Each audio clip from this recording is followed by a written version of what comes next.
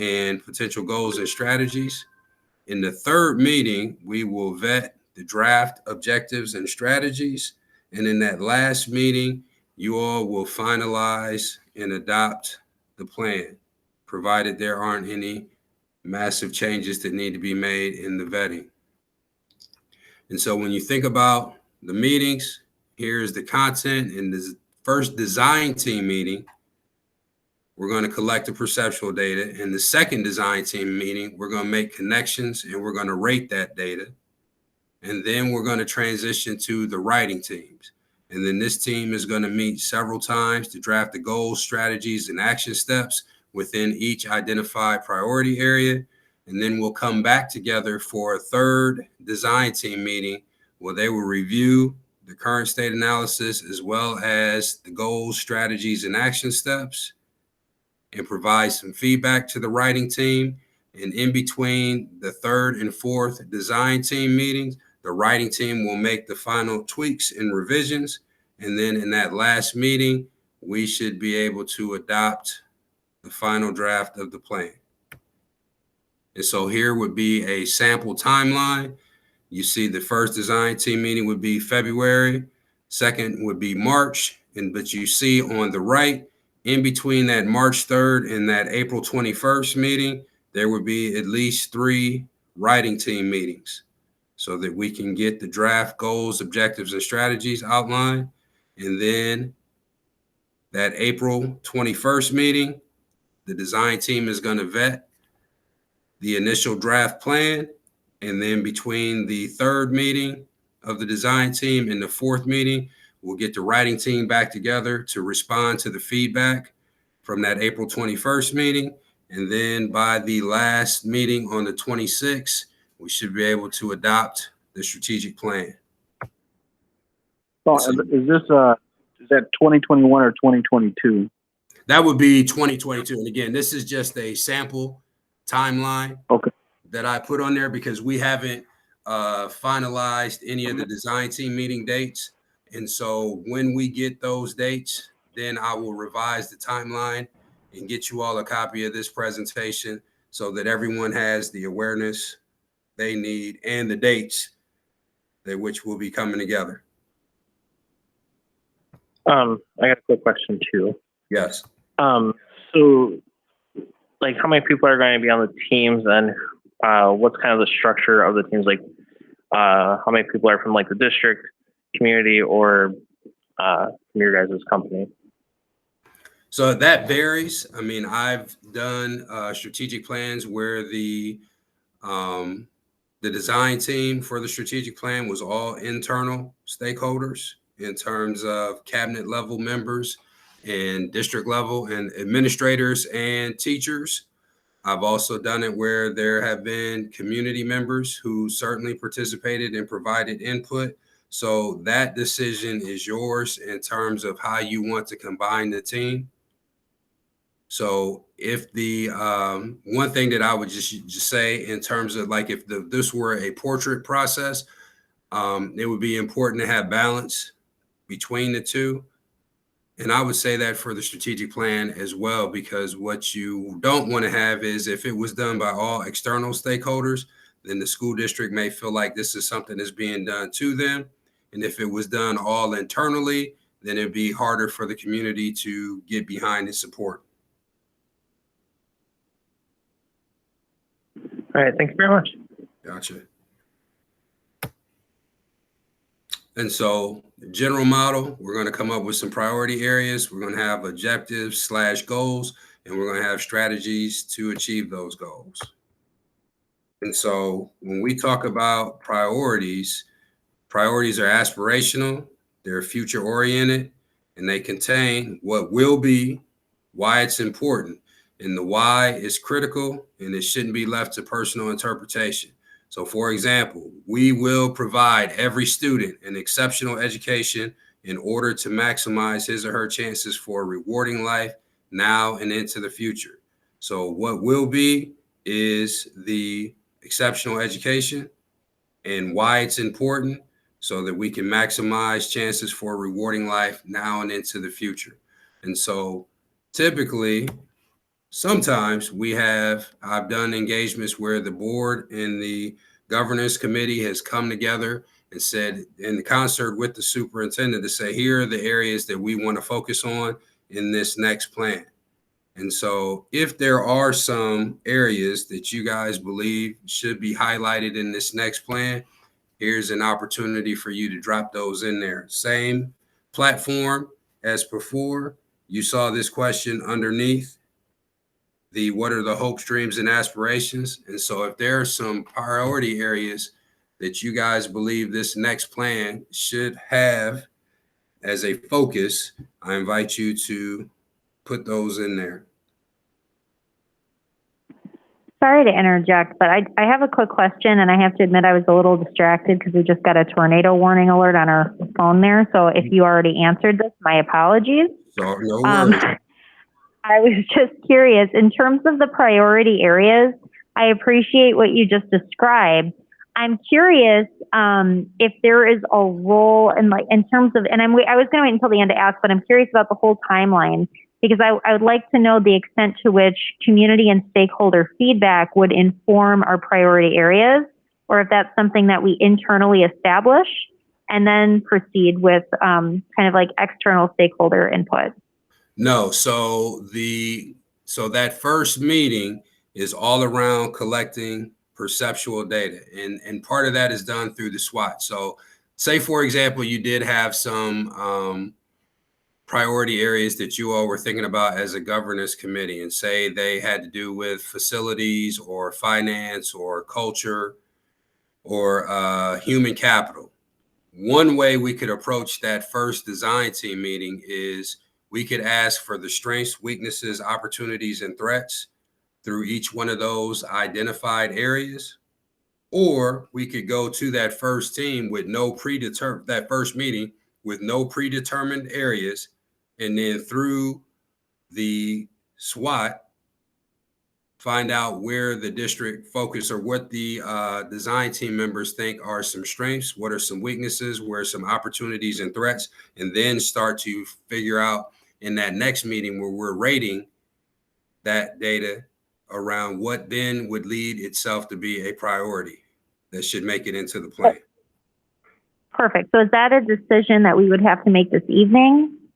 No, you don't have to make that decision up front. But I'm just saying, if you guys happen to have some areas, again, if there's a particular area that you're passionate about, that you certainly would like to, see in the plan, I'm just inviting you all to share your feedback so that I have a sense of what the temperature is there, so to speak. I really appreciate that. Thank you so much for digging into that for me. No worries. And I hope there isn't a tornado about to touch down there. We'll figure it out. Got it.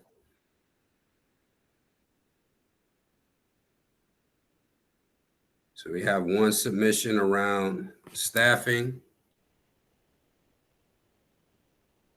which could also be under the umbrella of human capital.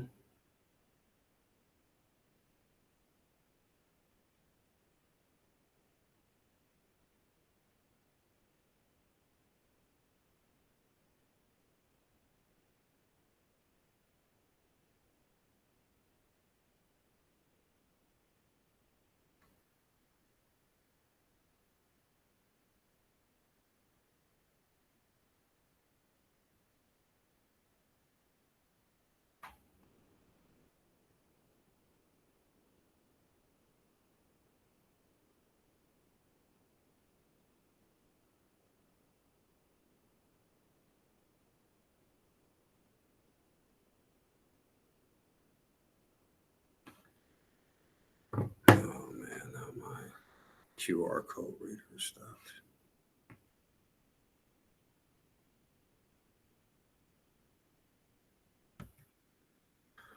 All right. And so if you remember earlier, I spoke about approaching the strategic planning process from the whole educational ecosystem, and how we like to think about the educational ecosystem is through these 6 constructs. One is visionary leadership. The other is a thriving ecosystem. third is through 21st century learning design, caring responsive culture, and empowering the workforce, and impact and stewardship. And so visionary leadership is around, for example, your portrait of a graduate that you are about to finalize. And so how does that vision become a reality? And when we talk about the ecosystem, what are the internal and external partnerships and different things that come together in service of making that portrait a reality? And then how do we design learning experiences differently so that students have the opportunity to develop the skills that will help them become choice ready? And I am understanding choice ready to be enlisted, enrolled, or employed when they leave the school district of Beloit. When we talk about a caring and responsive culture, what does that look like from a inclusivity perspective? What does it feel like when you walk into a building? How do we make sure that everything is working as it should in concert to bring that vision to life? How do we empower the workforce? What supports do the teachers need in order to design these learning experiences? And then how are we going to tell our story? How are we going to align our resources in service of bringing that portrait to life? And then how are we going to communicate progress towards the portrait? And so I'm going to stop sharing right now so we can just have some discussion around any questions you all have regarding the process. Yeah, one of the things that we have discussed as a board, because our product of our portrait of a graduate is being developed at for NGL, and that is a different process. But for us, the currently elected board, that there has not been a convening of the hopes, aspirations of this group, knowing that the school board's priorities are not the only priorities for the plan to be built off of, but it's a unifying vision that we need so that we are all working towards common purpose, and then to have those goals of the school board to be combined with what other goals are out there in our community. So that portrait of a graduate that has been developed, that was for our Ford NGL work, which is the transformation of our comprehensive high school into learning academies. Mm-hmm. But that's a different process, and different people shape that. So in this process, what I am looking for as a board member is that we would do a portrait of a graduate, so that the six of us will probably have our seventh board member by that time, that we go through the process and then can identify that these are the priorities of the elected school board from the school district of Beloit. And then those are the things that we would all be acting toward. So you're advocating for starting a portrait of a graduate? Yes, because in this process, like I said, understanding that, we're not trying, like I said, it would be more like to not do a portrait of a graduate with the current board would be to take the Tell for Kids process and smash it together with the Ford NGL process. But that stakeholder group, this board of education, these 7 board members would be absent. So there would be no vision of school board members in helping to determine where the school district is going. Gotcha. And so you're looking to certainly for something to be a unifying vision for the school district of Beloit. And if I'm understanding you correctly, the portrait was more about the high school academies, more so than it was a complete K-12 vision for what you want for all students. Am I interpreting that correctly? Yes, because like I said, for our high school, that is the outcome.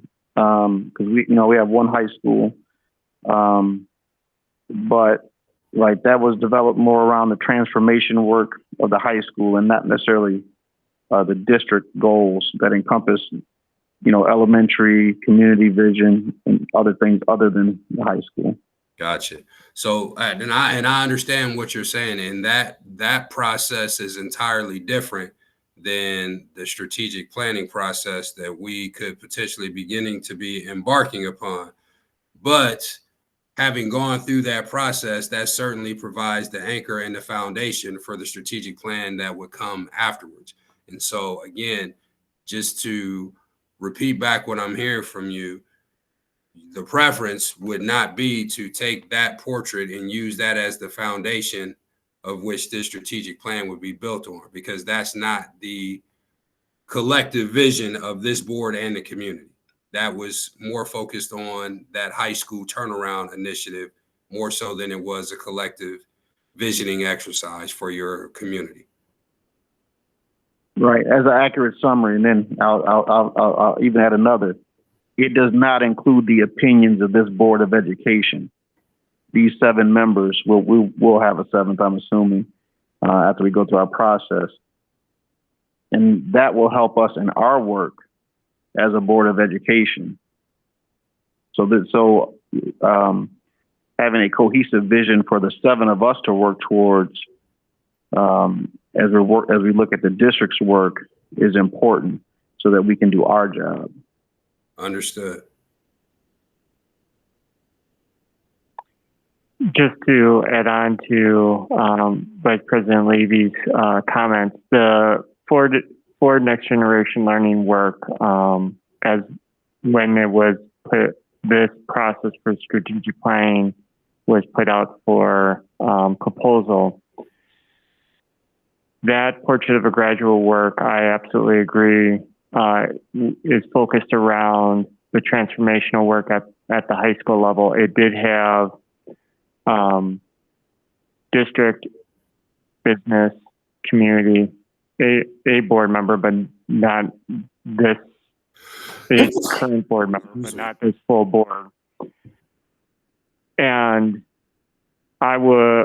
what my vision in coming into the strategic planning process is to not just simply adopt the work, but use that work so that it doesn't feel like we have 2 portraits of a graduate, but that this work isn't lost and could be used as a piece of knowledge and evidence in building the strategic planning process.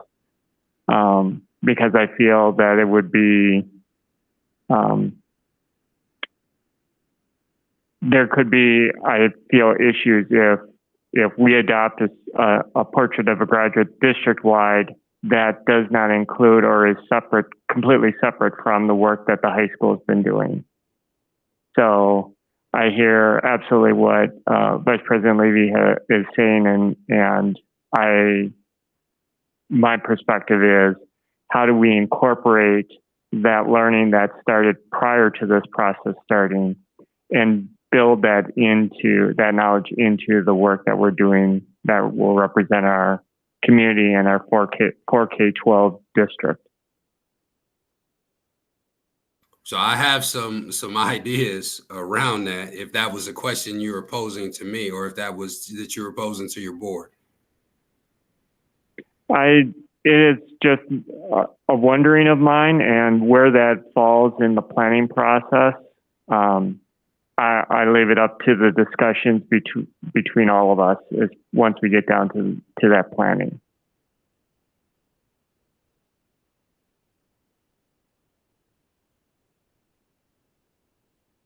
No, I was just checking in to see if other folks have questions. Go ahead. I'll go last. You're good. No, yeah, I appreciate that. But like I said, that, if it could be thought of when we think about the Ford NGL work, that was done at the high school level. So I would consider that a site plan. That's that building's plan. When it was thought about, it was not a district process. So that is the plan that was designed with one board member and community members about what is it that we want to produce at the high school. Because the high school is the endpoint of our system. I understand what you're saying about not having, we don't want to scrap that work, but that work is very much focused, in my opinion, on the high school. It's a site plan. We're trying to develop the district's plan. And the district's plan it encompasses, our 4K, our elementaries, our intermediate schools, and the high school. It doesn't have to be repetitive of those things that we know the high school will already be working on. But what the high school has done is not a substitute for what the district needs to do. And when we look at, and so like in that process, like I said, I know we had discussed this with the, when the proposals were coming forth about were we going to do it with the portrait of a graduate, or we're just going to kind of skip and start to the strategic plan part.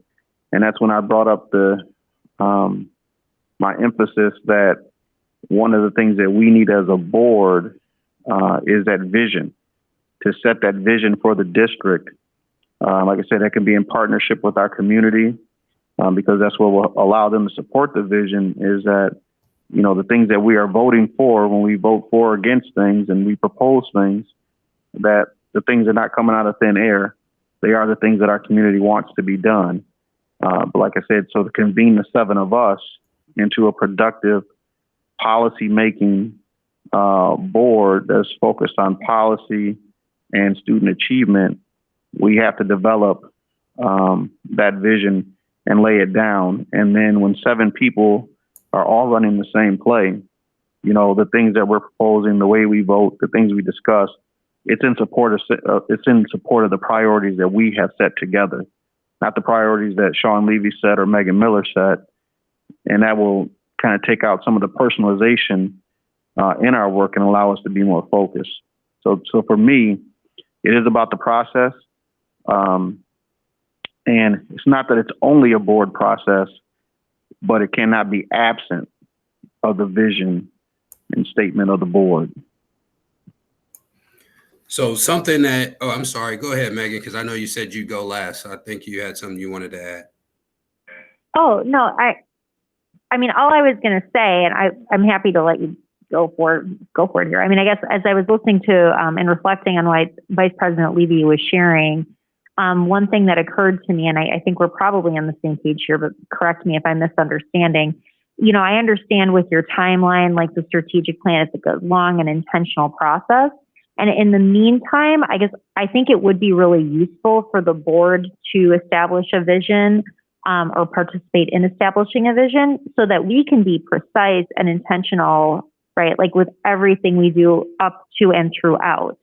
Because it's not just like the strategic plan is like going to be the fairy godmother and boom, everything's great. Like we need to like really build if there's missing systems or mechanisms that need to be, there needs to be attention to in the meantime. I guess I want to know everything that we need to know so that we can begin to really set ourselves up for success here. I don't know if that makes any sense. Yeah, it does. And again, I think there are certainly some ways that we can arrive at that unifying vision. And just one thing we can do right now, just in this moment, just to get us a little bit closer to it. If you go back to the meeting post, there is a link that says polls down at the bottom. And it asks the question, what are the top 7 skills you believe that the school district of Beloit students need in order to be choice ready? And so if each one of you, while you're sitting there, can select your top 7 skills and then take out a scrap piece of paper and write those top 7, your individual 7 down. And then I'll walk you through a brief exercise of how we would do it in a portrait engagement, but then how you're also going to get closer to that unifying vision. And so when you make your selections, what you're thinking about is what are the skills that are transferable across any choice that the student makes when they get to the finish line. If they choose to be enlisted, if they choose to be employed, or they choose to be enrolled. And so, for example, if you chose critical thinking as one of those skills, critical thinking is transferable because you can use it on campus, you can use it in the workplace, and you're going to be able to use it if you're serving this country. And so use that as the frame, but go through, make your individual top 7 selections and write your 7 down.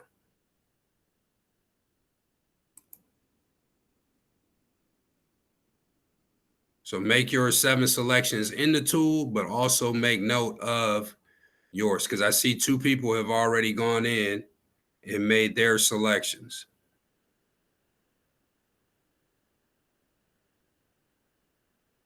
And what we're doing by going through this exercise right now is coming up with the mini school board version of a portrait of a graduate.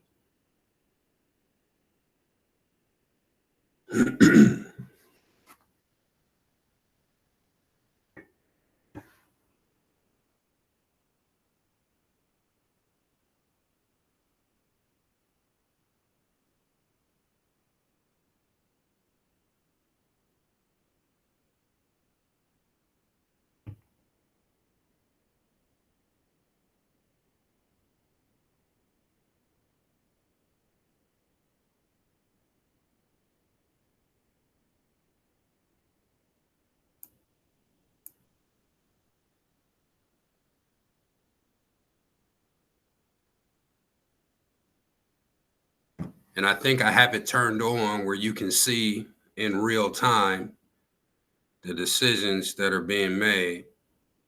Now, in a normal portrait engagement, I wouldn't have that visibility on because we wouldn't want people to be swayed by the masses. We'd want you to make your own individual selection. But as you can see, collaboration is currently something that would make the cut to be on the portrait, as well as critical thinking, global citizens, a learner's mindset. I'm sorry to interrupt. I was I did it earlier on my phone using the QR code, and I can't get back into it to see it live. Would it be possible for you to share your screens, and especially so folks at home can take a look kind of live where we're at? Gotcha.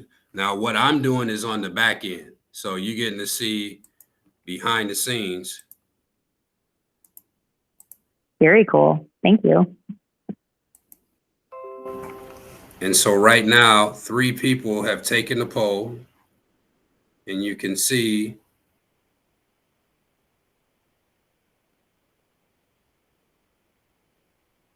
which skills have been selected.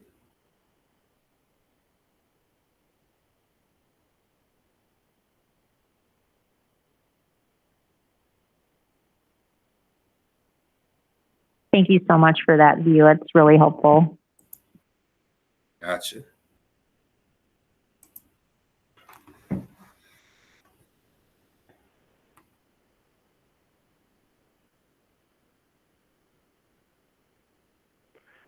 Colin, one of the things that I know has been a conversation piece ever since I started in the interim role for the strategic planning was the ability to take these conversations, and even prior to forming that design team,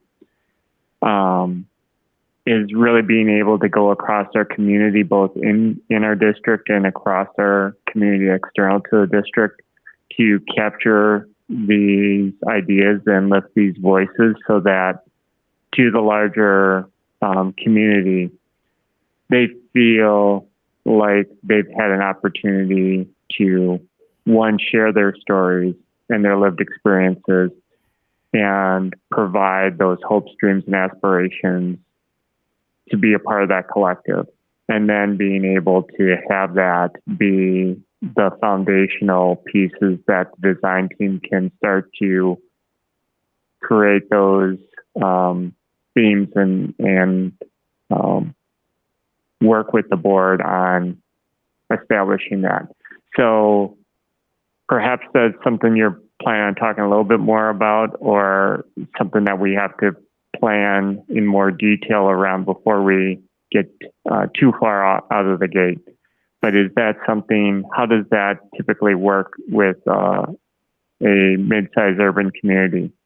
So we certainly can do a couple of things, one of which is I can create that link again and you can distribute it to your community. So you could put it up on the district website, or you can communicate it out and say, hey, we want to know as a community, what are your hopes, dreams, and aspirations for all of our students?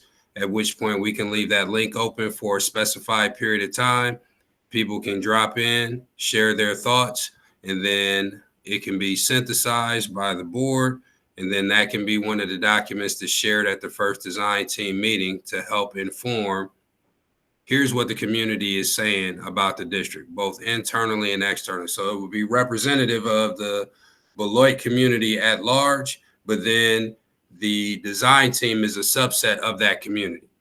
So they would be operating from not only their individual perspective as a member of the design team, but they would also be armed with, here's what the community, the larger community, and people who aren't in the room with us had to say that they want for the hopes, dreams, and aspirations for the students in the district. Mm-hmm. So that's one way to solicit that feedback. Have you had it, we're working with districts where we almost get like a facilitation guide, because not everyone will have access to technology, and not everyone will be able to, even with access to technology, will want to just be able to provide their thoughts that way. Having a facilitated process where we could go out and do community conversations and invite people into different spaces within our community, asking the same questions, and then even like as simple as putting chart paper down on tabletops and allowing people to write their thoughts and then transcribe those into a digital format. Is that something? Yeah, we could certainly work to put something together to assist with that process, because I think before, as in addition to asking for their hopes, dreams, and aspirations, I think it's important that you help your community understand how the world has changed and why learning experiences need to change with them. Okay. And one example I'll use is, I'm of the age where when I was in elementary school, we went to the library and had to do the lesson on the Dewey Decimal System in the card catalogs. Okay. I'm of the age when encyclopedias were the internet. Okay. And now you can ask a student a question and they can get the answers to anything that you ask them by just twitching their thumbs. And so when you know the question you're asking can be Googled or answered almost instantaneously, what does that mean for learning experiences? Because now we have to teach kids how to discern all of the different information that's being thrown at them and make sense of what is the actual answer, as opposed to, oh, I just got an answer. Okay, give me my credit so I can move on. Okay. And so helping your community understand the why. The world has changed. We can't do school like we used to do, and helping them get just a basic understanding that, again, as our country becomes more diverse and the issues with which we are wrestling become more intense in the different ways that we can communicate, whether that's social media, whether that's email, whether that's face-to-face, because of the complexity of the issues, the diversity of the people, and the different modes of communication, civic discourse is at an all-time high right now. And so how do we go about cultivating that particular skill in our young people? And so helping the community understand the why things need to change better positions them to say, here's what my hopes, dreams, and aspirations are. Because I know now things are different. This is what I hope for, and this is how I would like to see the district address that particular thing. Thank you. So I appreciate the exercise because you have to demonstrate what I mean. Looking at 4 people have taken the poll, and global citizen achieving 75%, and learner's mindset achieving 75%. I'm correct that out of the 4 of us that took the poll, on both occasions, at least 3 of us chose those 2. Mm-hmm. And so, that is the illustration of what I'm saying about 7 board members needing to be able to say these are our priorities, and then moving forward from there. Now there's 30 presets that we started out with. When I think about the process itself, what lands on the survey as a preset will also kind of determine where we all end up in alignment. But for me, without us coming to, and we completed this process earlier with our board survey, with the Wisconsin Association of School Boards reflection tool, without us going through a similar process where we identify priorities that we have for our district collectively, I think it'll change the tone and direction of all of our meetings and inform our work.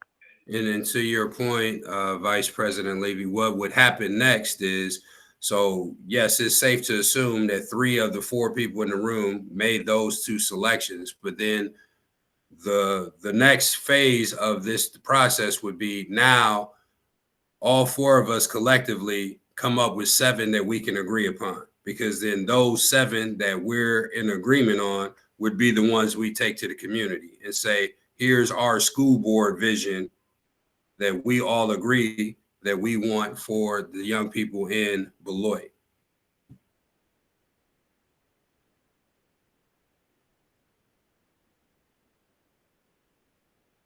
I don't know if this is the appropriate time to ask this, but and hearing and how we're kind of setting ourselves up on the front end of this, I'm curious, sort of specifically, Mr. Lewis, from your expertise and your experience, the accountability for the implementation ultimately of the strategic plan, of course, falls on the district. And a mindset personally that I have is that, of course, the district is part of and belongs to the community. So what role, and I guess to what extent, is there community oversight or maybe reflection, so kind of collaborative sort of progress monitoring?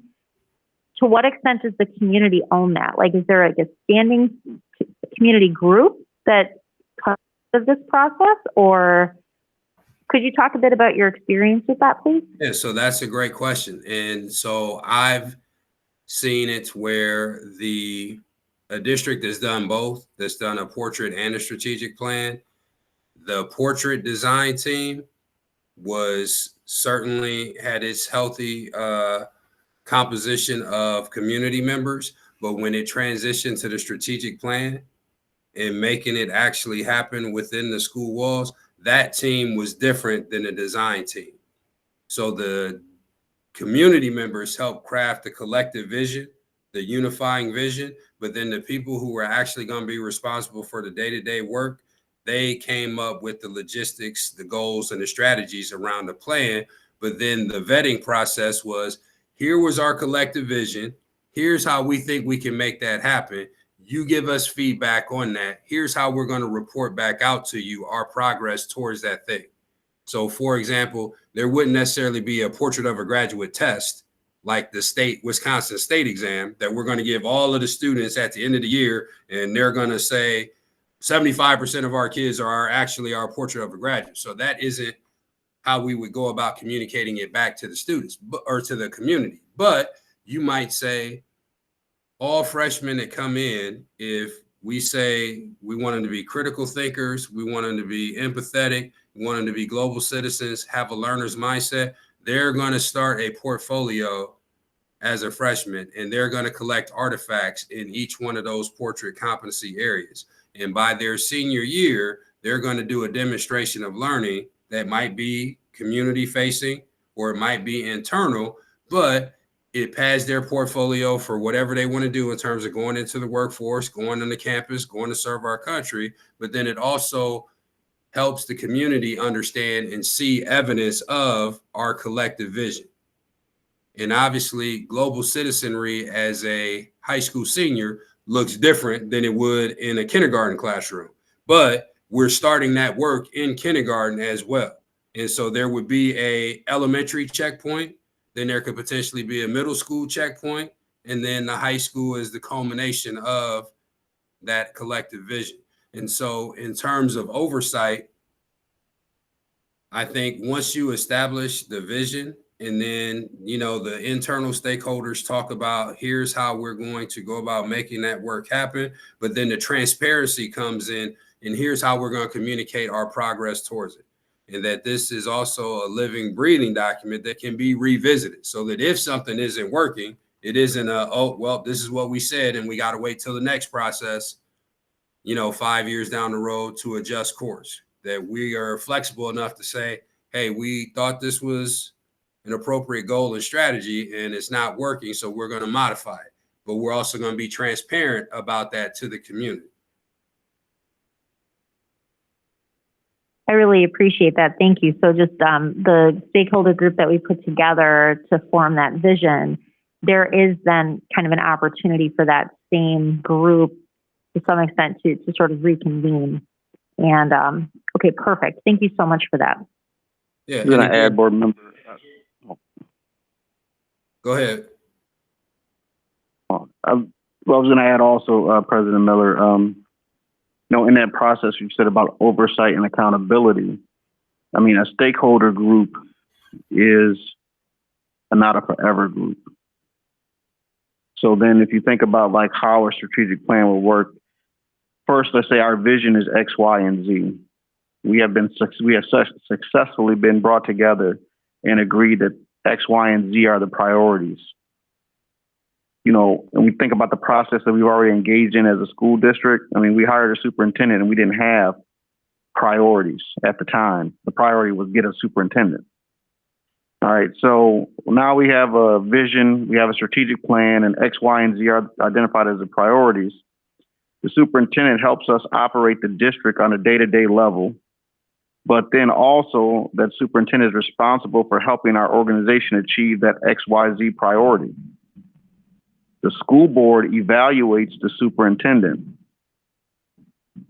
How is it going in the day-to-day operation of the school district by whatever standards are there? And also, over the course of the years, is that superintendent helping us achieve priority X, Y, and Z?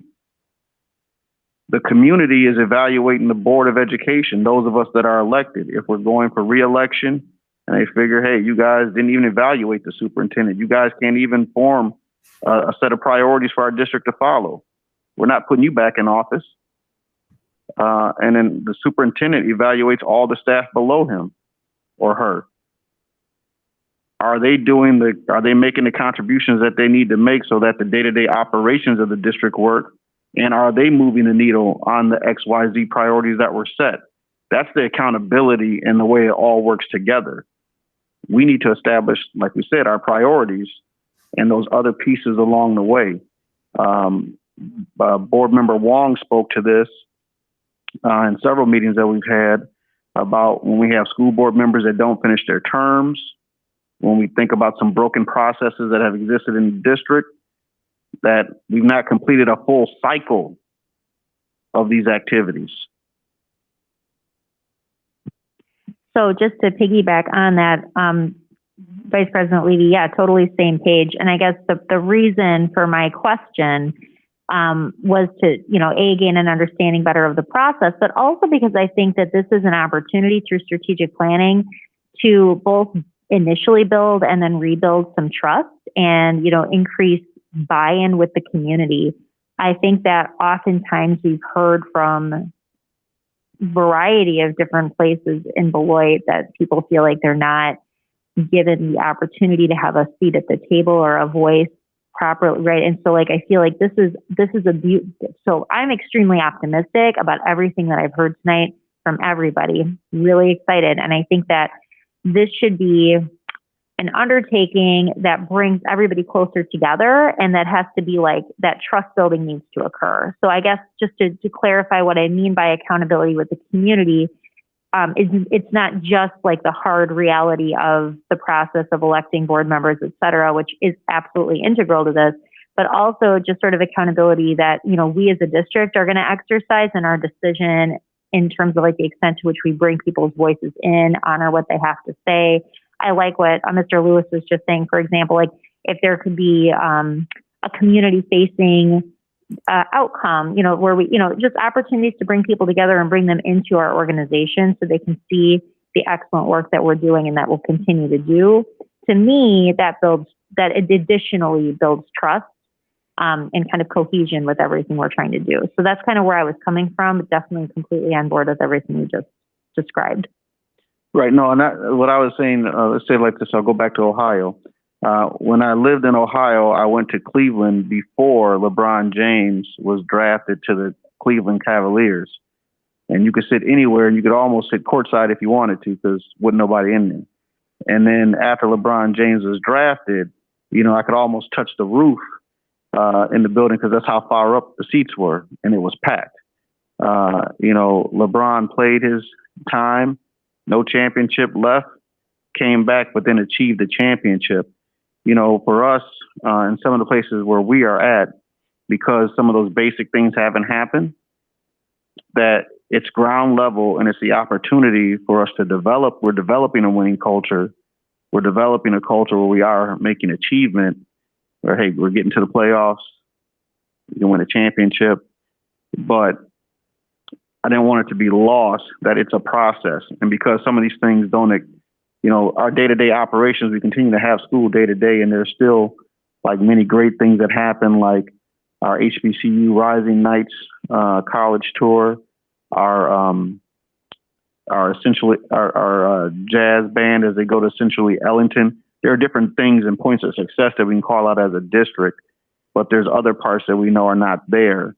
And those processes have not existed because we have not had permanent people in place.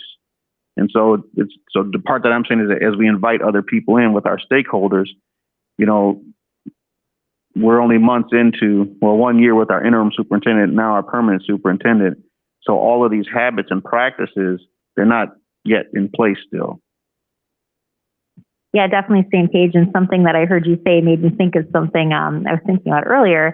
You know, there's no such thing really as like a happy ending to anything, because everything is always just like this continuous process. And I think that oftentimes with education, our community has sometimes demonstrated a mindset, and, you know, we in the district have this mindset of, oh, we're going to get to this place, and like, here's our destination. But that's like always a moving and changing thing. And I'm hopeful that in the discussions that we're going to have, you know, with our stakeholders, like everything you just described, it's like once LeBron James comes, that's not it. Like basketball continues, right? Like education is going to continue. Our work is always going to continue, and engaging meaningfully in those conversations. I hope it can be a mindset shift for how the community, like in their own homes, when they read the paper, like really comes to understand the work of the district and how we are successful. Like, what does that truly mean, right? And that it comes down to everything that you just, it boils down to what you just said. What's our vision for how students become successful and continue on this journey, like of continuing to become. And that's just not something that's really, there's really a forum really ever to discuss. So I think that's going to be a big part of this, or I hope it is.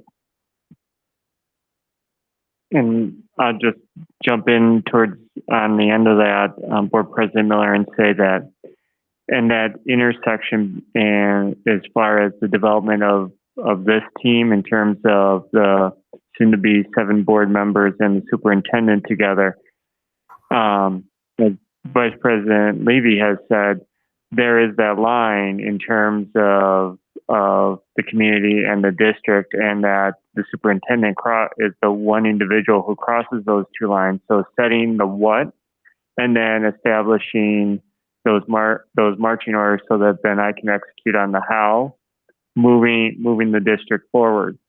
And these do all tie together, because when things are aligned, we can draw a through line from our community establishing lifting their stories to the board, hearing those stories and developing themes, to the district team, design team, and writing teams, turning those pieces into a 3 to 5 year plan that then will evolve over that. But really, that strategic plan is really that North Star. You never quite achieve that. You're always looking at it, but you know that you're never going to get there. But that's what allows you to make those slight adjustments in the day-to-day, moment-to-moment, year-to-year, because superintendents will change, boards will change. The one thing that doesn't change is our community. We exist because our community exists.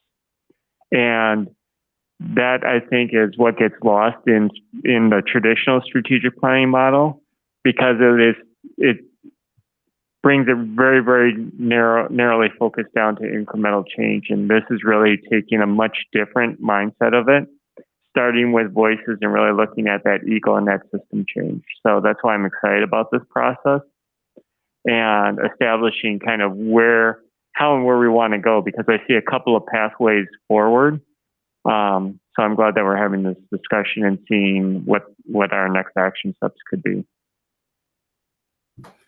So for me, I don't have any more content to share in terms of the process, because I outlined, the strategic planning process. But from what I've heard, it doesn't sound like we're going to just jump right into that, because there are some moves that it sounds like need to occur in advance of that. And I'm certainly willing to be of assistance as it relates to helping identify those preceding steps before we actually get to the strategic planning part itself. I think something that would be helpful to know, which would then help me better position my proposal or modified proposal to you all, is there a timeline for when you wanted to have this done? Is this going into finish at the end of this school year, be launched at the start of the 22-23 school year? Was that the plan? Because then we can backwards map some things that need to happen between now and then.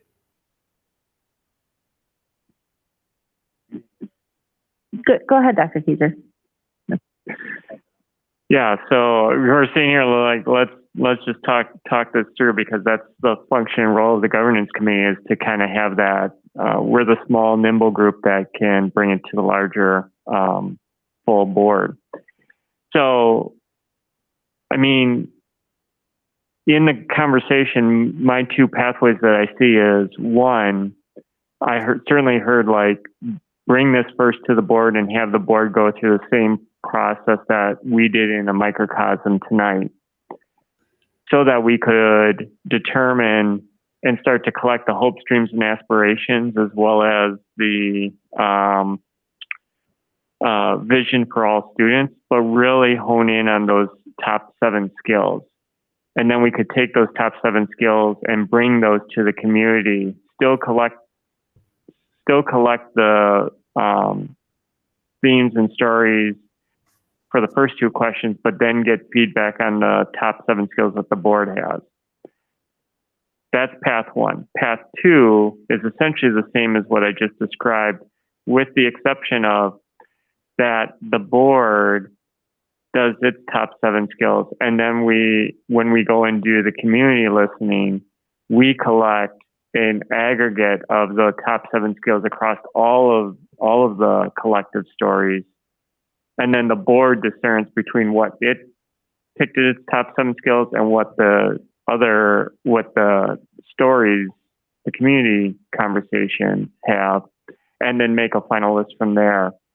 All of this funnels into a design team, which I personally feel, I'll just throw it out there for consideration, I believe it has to be district and community together. It can't be one or the other. I think it has to be an amalgamation of both.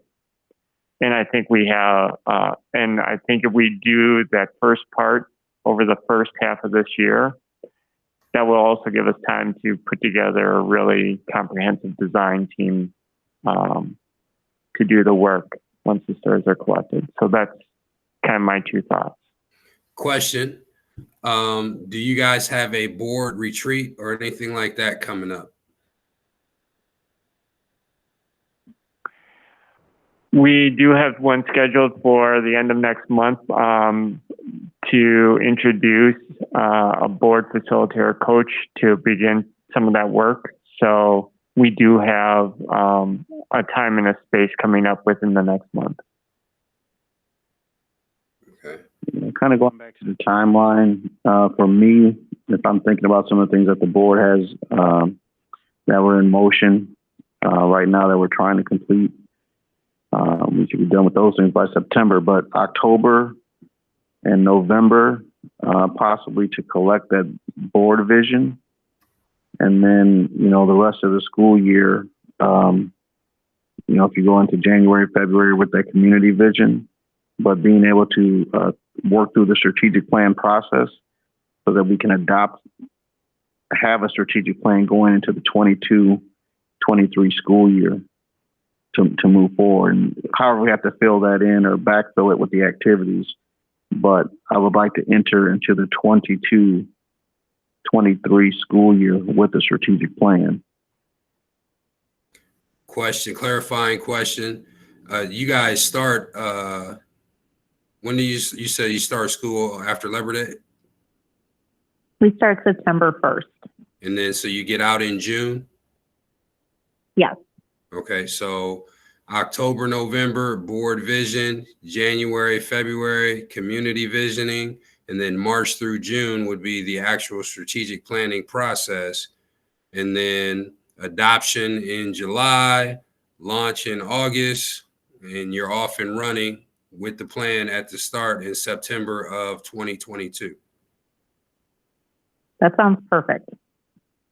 My only concern, and that's going to be on our end, is I'm thinking about winter months in Wisconsin and making sure that when we get that community engagement piece, we're going to have to be really good at planning ahead and making sure we have locations that are easily accessible and we have transportation for folks, because we know certainly because of COVID, technology can be a huge barrier.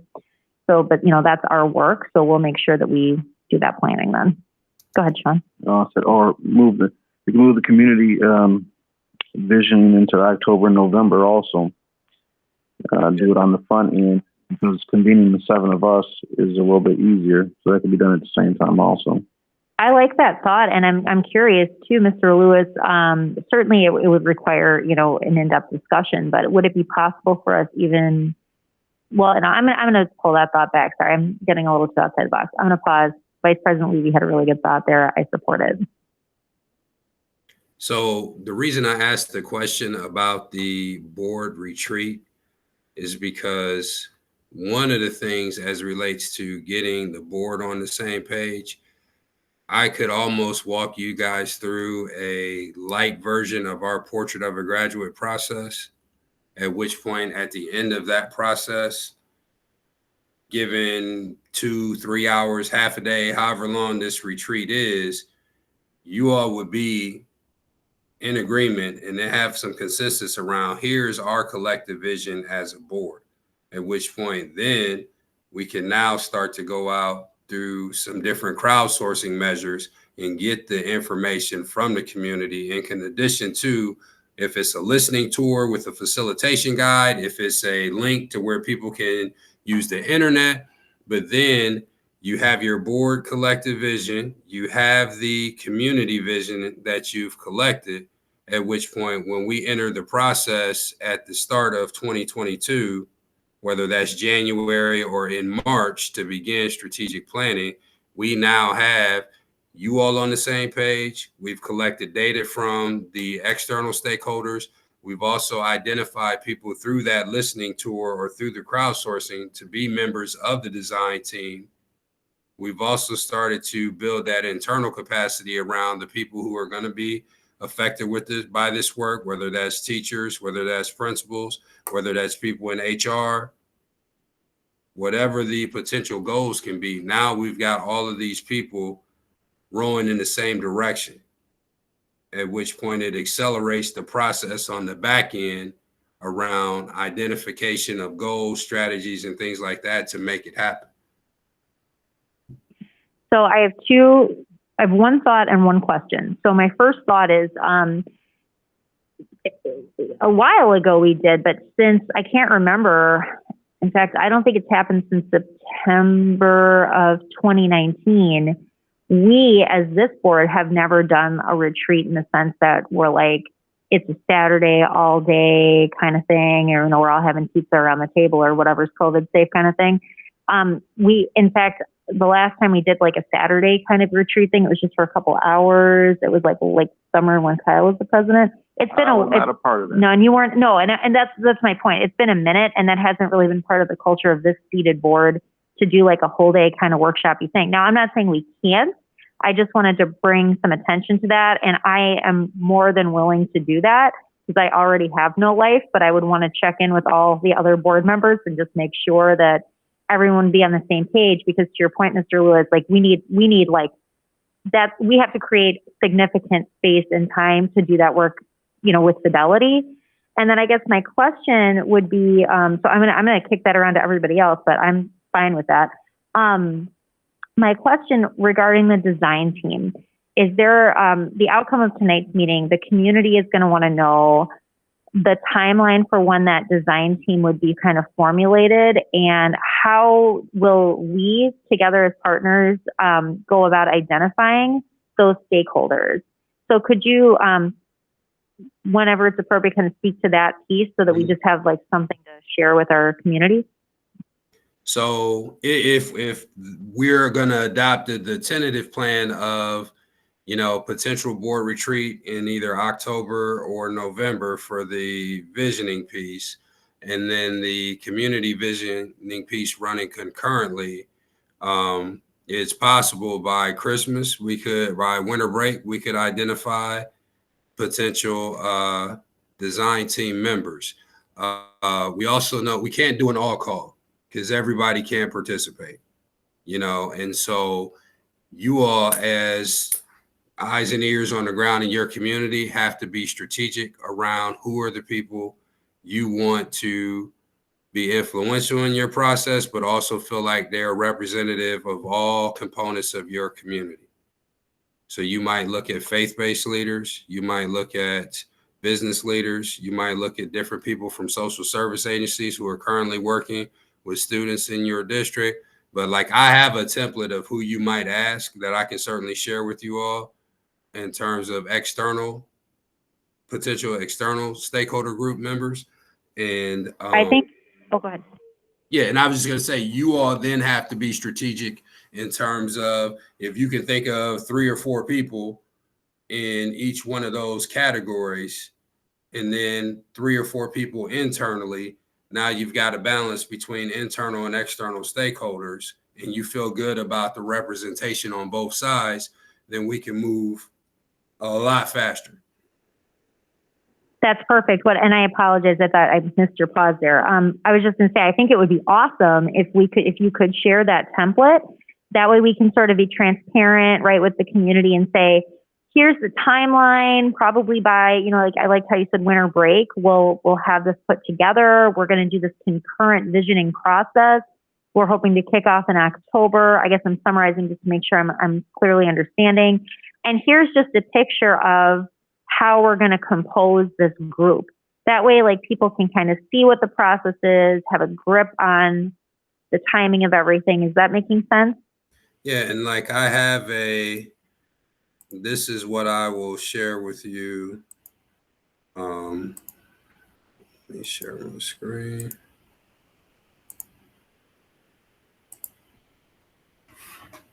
This would be the slide or the template for different people that you might ask to participate on your design team, because this is what we use for portrait and strategic planning. That is a beautiful document. And is it possible for you to send it either to Dr. Teaser or to whoever is easy for you to email it to? And that way, when we post I'd like us to do some kind of an update at our next board meeting. That way we can maybe attach that so the community can kind of see that this is what's coming down the pipe. Absolutely. Thank you so much for that. One of the things, so just a couple things as we kind of continue in this phrase, the legitimacy, I think that the one part is like, the longer it takes us as a board to get to our identified priorities, that's an opportunity gap for us. So in moving with speed but fidelity, and like I said, we got things that we're finishing up now by September. But when we think about the things that we're handling, that we've got to get this strategic plan going. And I think the longer that it takes us to say this is like, we got to get the new board member in, and then the sooner that we can say this is what the 7 of us agree to, that gives us a bit of stability. And then secondly, what we as board members have to be reminded of is that this is work, but this is work that only the 7 of us can do. And it does require sacrifice. As a graduate of The Ohio State University, Saturdays are sacred time for me because usually watching that Buckeye game. And I know another board member who really enjoys the Buckeye games also, even more than me. But I can only speak for me. If those are times that we have to give up, and like I said, we are here in late evenings working on things, that's a part of the job, because it's easier for the 7 of us to set our schedules aside and get things on course, so that for the students, for the employees, and for our community, we can get on a good track. And then along with the slide that was shared, as we're going along, being thoughtful about those that we invite, because we are the 7 elected members, but that slide represents many people outside of us. But we have a problem. Not a problem, but we have an opportunity that we're trying to craft. Who are the people in our community that can best help create this community vision that will move us forward? And that's what that slide represents. And those are the type of people that have the interests of the district at heart, and the hopes and aspirations of the children of Beloit and the families that they come from. Thanks for that. To your point, Vice President Levy, that you just made about sacrifice on Saturdays, I do know that some board members have various work schedules. So I'm wondering if we could take action at the next board meeting on setting some dates so people can plan far ahead. Mr. Lewis, I don't know how your calendar is looking right now, but could you suggest, would you mind sharing some opportunities that you could create for us so we could kind of maybe poll our board members and find a time where we can all be available? I know it's like a ways ahead, but I just want to make sure everybody can attend. Well, and I'm assuming you're referring to Saturdays. Saturday opportunities?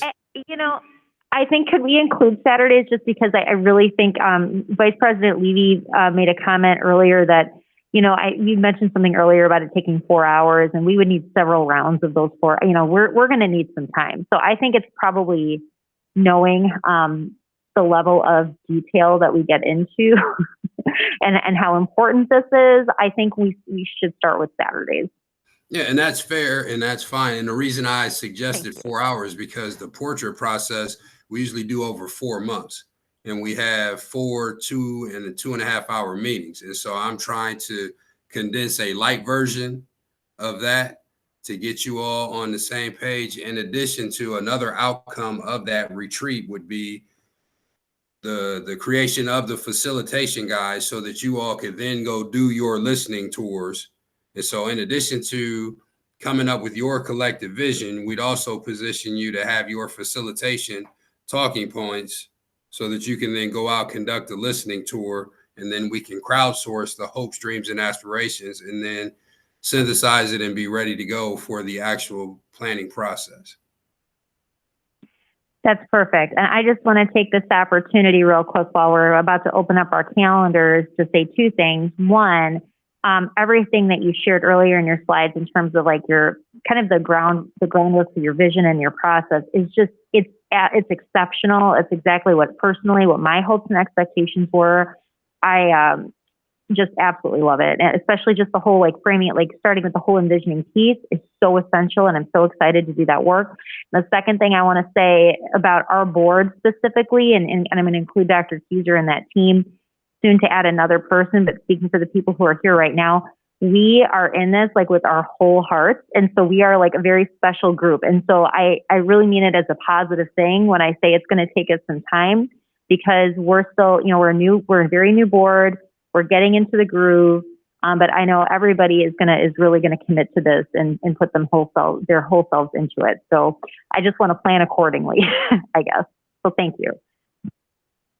Thank you. And I got my marching orders, so I will get you some dates. I will get you the visual. I'll also get you some talking points specific to strategic planning, and I will get those to you before the end of the week. That's so perfect. Thank you. Are there kind of concluding thoughts or questions from the committee? Go ahead. Colin, thank you so much for the conversation. And I will, as part of that creation of the facilitation guide, you had mentioned talking a little bit about how learning has changed from the times that we were students to today. Is that part of creating that facilitation guide, or is that something that you look to the district to create so that it's more localized to the community context? So we'll go through, and what I was talking about there, that's basically our first meeting in the portrait process, talking about how the world has changed to create the why. So as we go through that light version of the portrait process, you'll be able to take notes. But then one of the exercises we'll do at the end of that process, after we've selected our top 7 competencies and we've arrived at how we want to define them, then the next thing we would do is, what do we want the community to know? How do we want them to feel? And what do we want them to do?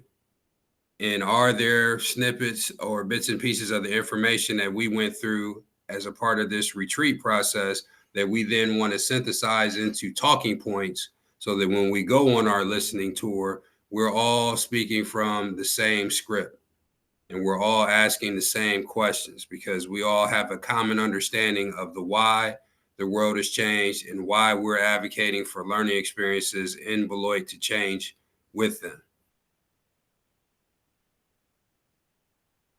Thank you.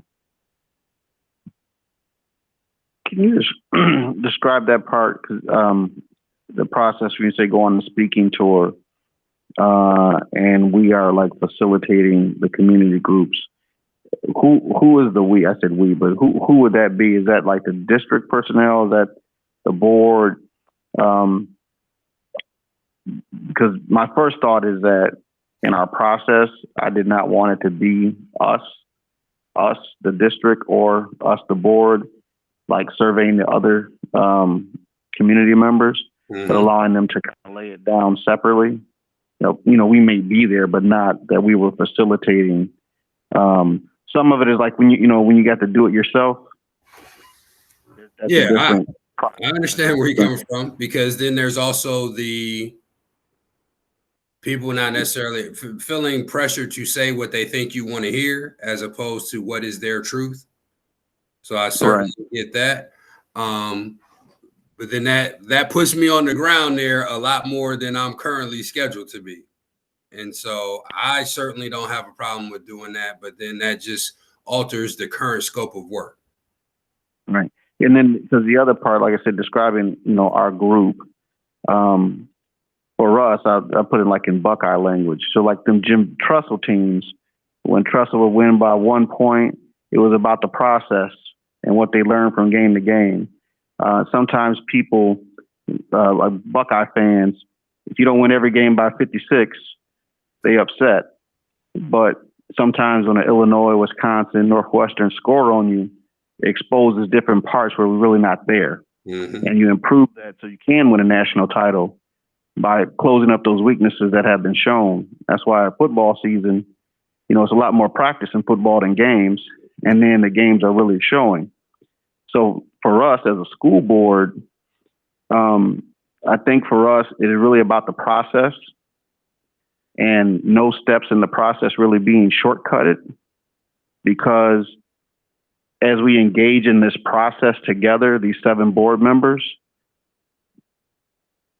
coming to that prioritization of this is what we want for our community and working through that with our community is part of the good foundation that we are trying to establish in our district, that our school board is functional and our administrators and students have been given what they need by our school board, and then that they also operate in functionality, not dysfunctionality. And and like you said, school board members rotate, administrators come and go, but there's a common vision that's been set and something that can be built on through different iterations. So for us, the process is important. Now, this is just a different thought because, I'm a professional educator. I have time for this. It's like what I do in the daytime, but there's different ways for all of us as our board is composed that,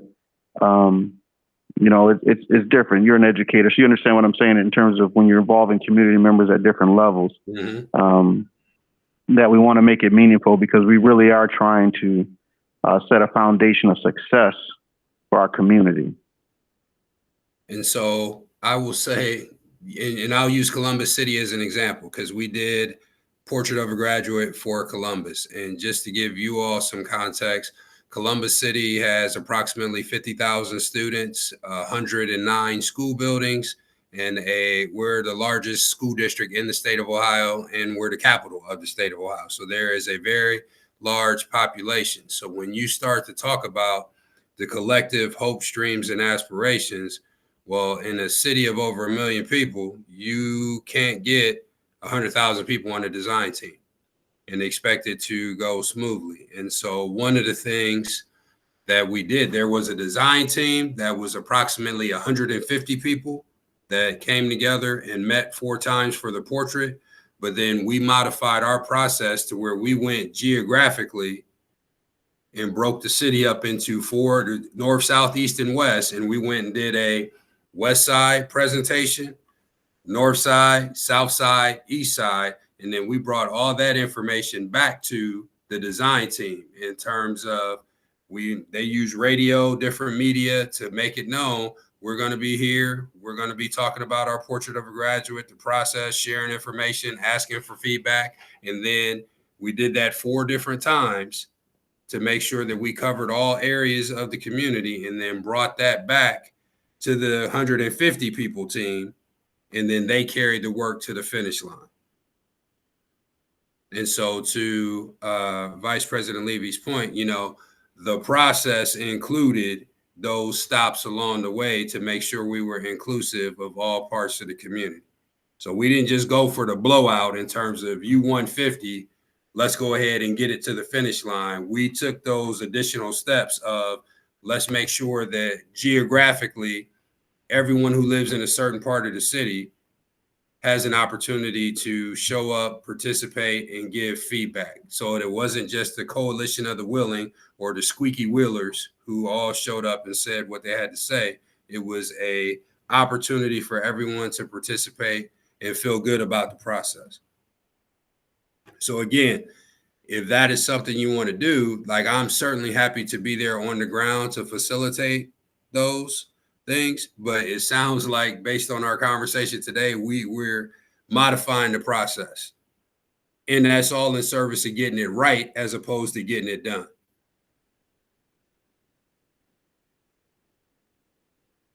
Yep. Let's see. All right, so it is 7:35. I guess, is everybody good at this point until next time? All right, well then, Mr. Lewis, I just really thank you so much for your time and expertise and for sharing all of that with us this evening. And I'll definitely look forward to moving this process forward with you. All right, well, thank you all for having me. You all have a great evening, and I will make sure I get my homework done. Us too. Thank you so much. Take care. Take care.